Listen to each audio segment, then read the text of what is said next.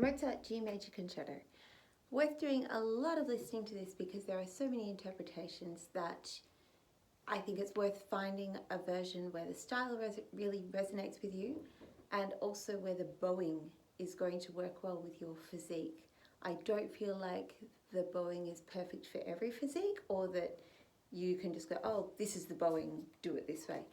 It is going to depend on how you like to handle your bow, whether you like really long slurs and long phrasing, whether you want it to be shorter and choppier. So worth listening to several different renditions, I think, and also looking for one where a physique matches your own.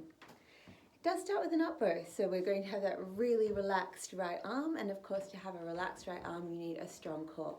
So make sure that you've switched on through your tummy and you've got a nice straight spine, that your feet are very balanced and even, and that you can really stand up nicely and feel like you're hanging down from the top of your head rather than trying to push up away from the earth and defy gravity. Key signature, obviously G major. Nothing too nasty in here. There's a brief modulation to the dominant D major, then we hit the parallel D minor, and then the recapitulation is back in G major. So the key signature is quite simple, maybe a little bit friendlier than the A major or D major concerto, just for the simplicity of key. What else can I say? That this is really a discussion between the solo violin and the orchestra. There's quite a lot of shifting because it's Mozart, so of course there's a lot of shifting. So recap whatever you like best to work on your shifting, whether that's fast or slow. It might be Handel, it might be Vivaldi, it might be Monti-Chardas, completely up to you.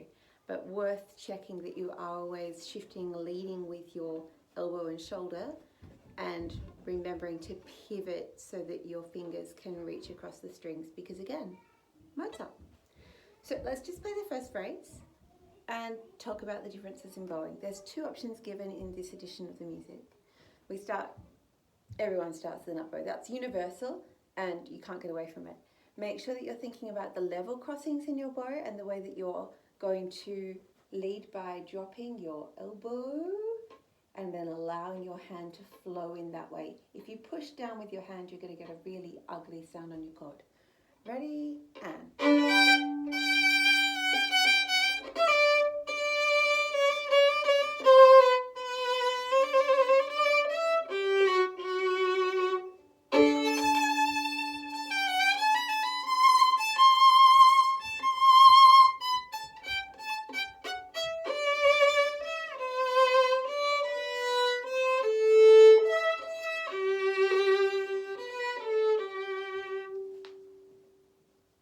the other bowing. Stop. Stop.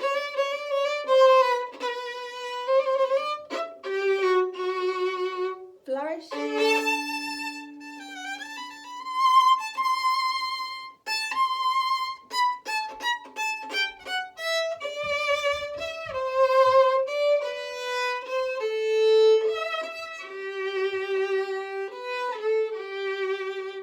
It's up to you which bowing you choose.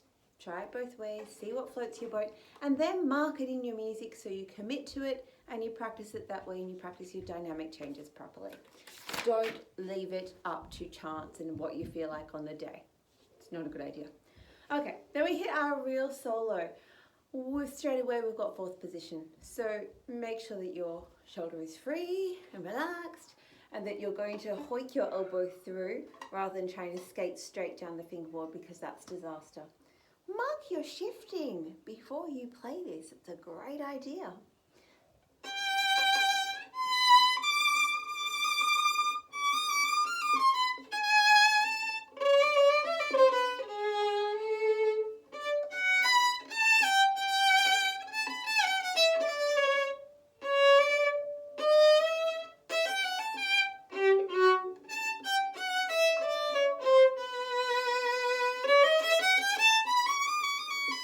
Oh, I mucked that up. Oh, I'm gonna have to come out of third position there, right?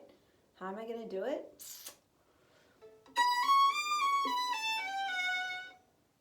Probably here.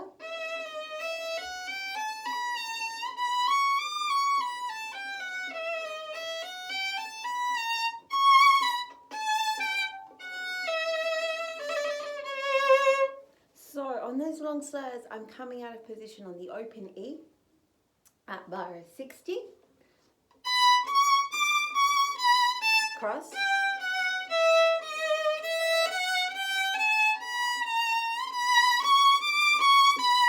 Cross, 2, 1, E.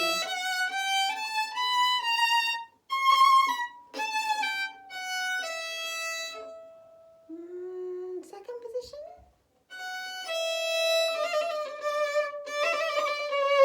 Oh, I don't like that.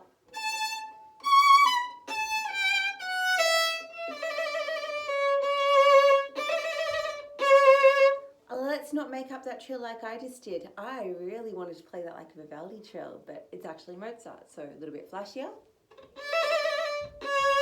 2, 3, 4, 1. Now you choose there whether you put that slurred staccato in or whether you play it all completely separate. Whatever you choose, I would be consistent. So when you see it in the next bar, there's another dotted slur, and in the next bar over in 66, there's another dotted set of staccato notes. Either play them all slurred, go with all the dotted bowing, or make them all separate, okay? Don't pick and mix, you're going to get conflicting textures instead of echoing phrases. So choose your poison. It's either going to be or, oh, and then you shift up to, gee, I don't know, what position is that? Do your maths. Hope you said fourth position. Really hope you said fourth position. The D. And be careful of the semitone there. Ya-da-dum. So your fingers are perpendicular to the string. The D should ring. If it doesn't ring, you've got it wrong.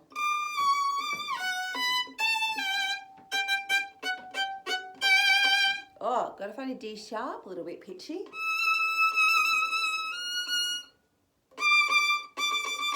There's D.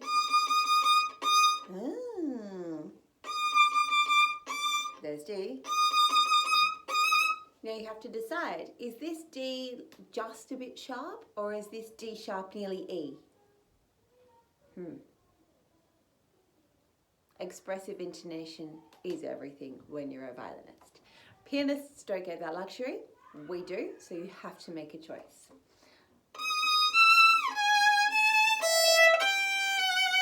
Is that lovely phrase at bar 67. I really like that. On the D sharp. D sharp nearly E is what I'm going for. Now, we have two conflicting indications with the bowing. The D sharp's an upper, and we have a slur given over those 5 notes. But there's also down bow marked in on the 3rd note. So what does that mean? Play it like it's slurred, but change your bow direction. That means I shouldn't hear you change your bow direction, okay? Ya-da-da-da-da-dum. You hear the next change, okay, but not the one over the slur.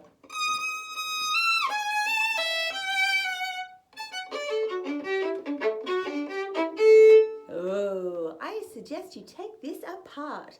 It has the complexity of C sharp accidentals, a lot of string crossing, a kind of bouncy lifted spiccato, which means again really relaxed right arm, and a whole bunch of level crossings with your bow. I don't know, you may want to play the strings the notes are located on.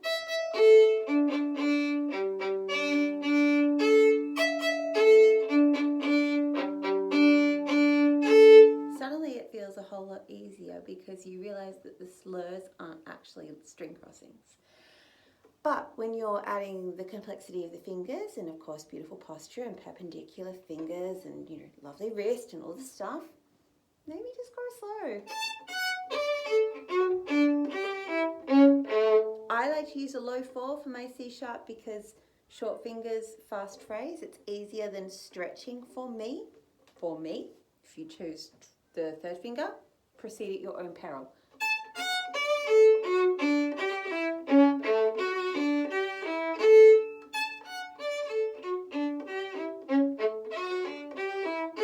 Obviously those 2 phrases, although there's no dynamic difference, should be played differently. They're not both forte. If you play them both forte, it's very boring, so don't do it.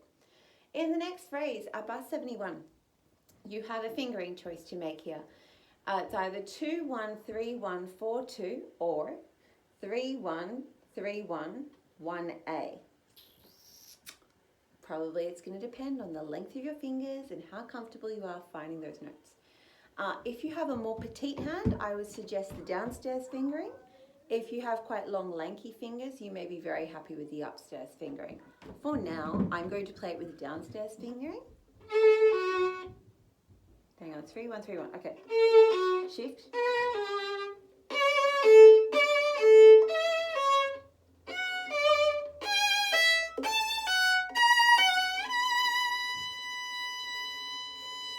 I'm sitting on that note because I can't believe I have to play that D with a 3. Oh, it's about the next phrase. It's not about that top note at all. That's just the easiest spot to shift. If I play 2-4 and then I have to shift to a 1 in 4th position, that's going to be quite cumbersome. It's more economical to do a little bit of a spider shift. We're only moving up 1 position from the B to the D to 3 and then take it straight across and dump the 1 on the A string. So start from 71, choose your fingering, either 2-1-3-1-4-2 or 3-1-3-1 low 1-A, which is the fingering I'm playing, the downstairs fingering. Ooh, F sharp. Ooh, that sounds better.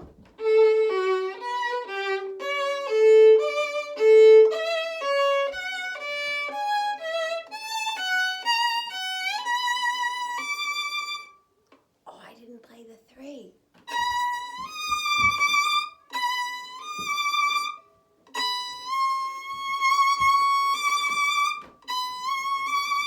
That's one of those ghost note shifts, right? My second finger's the finger I shift on.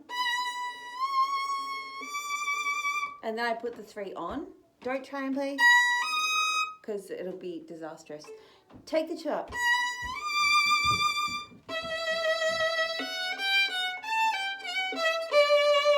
And there's a little shift there coming back to 3rd position. 1, 2, 3, 2, 4, 3, 3, 2, 1.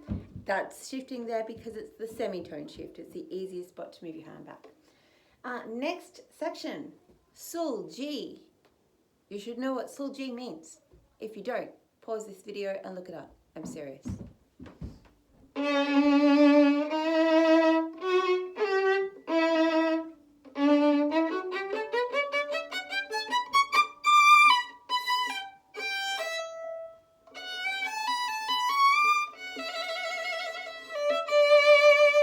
Okay, so it's just a little conversation you're having with the orchestra. Make sure you know their part so you understand the call and response that's happening. We have a semi-breve and a semi-breve and a crotchet, which means you have to count 1, 2, 3, 4, 1, 2, 3, 4, 1. And this is, I don't know, this to me is a little bit Vivaldi. It feels a little bit like spring. So you have your beautiful slide semi-breves, which is background.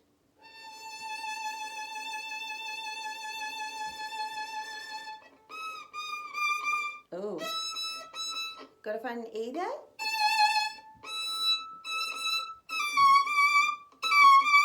Yeah. 3rd position that kind of becomes 4th position while you're not really noticing. 2, 3, 4, 1, 2, 3, 4, 1. Move up a notch with your 1st finger still on the string. 3, 2, 1. You have 2 options. You could play that top E, the grace note, with a 4th finger and play 4, 3, 2, 3, 3, 3, 2, 2, 3, 4. That's a really Vivaldi A minor 3rd movement shift. We did that way back in book 4. It's not difficult. Like this. Shift. Or you could just go up the extra position at the start and play 3, 2, 1, 2, 2, 2, 2, 2, 3, 4. It's really up to you. It's not a big deal to do it either way. I prefer that. I like the economy of one shift. That works for me. Then you just repeat it. Fourth position. Second.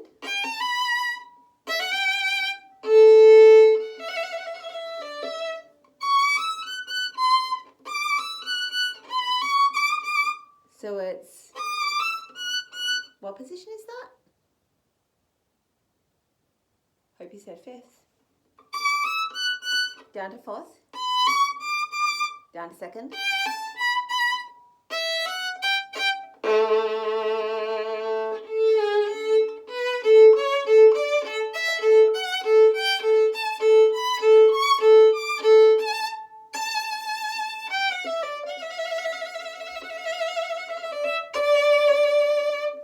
Okay, there's nothing hard after that. It's just that niggly bit of shifting around the 85. Okay, so that's our first page and a bit tackled. I think I've lectured you sufficiently on bowing and finding a version or a performance that resonates with you, and then tell me which one that is so that I understand what you're listening for and what I should be listening for. It might be hugely contrasting dynamics, or it might be more subtle phrasing. It might be very different textures in the bowing, or it might be very legato bowing and a kind of silkier, softer texture. There are so many interpretations of this piece. I quite like Ray Chan's version. Sorry, I just said Ray Chan. Ray Chen's version and Hilary Hahn's version. I prefer Hilary's bowing, but I really like Ray's style and vivacity. So you can check both of those out. And then 10 levels of listening, am I right? I'm pretty sure you all know what I mean when I say 10 levels of listening. Okay, have a crack at your first page in a bit. I too will be practicing because I've never learnt the G major before. I really like to listen to it, but I have never actually sat down and learned it. So I too will be marking my shifts in and working on smoothing them out and thinking about my bow texture and the different type of emotion that Mozart was trying to convey here. Have fun with it.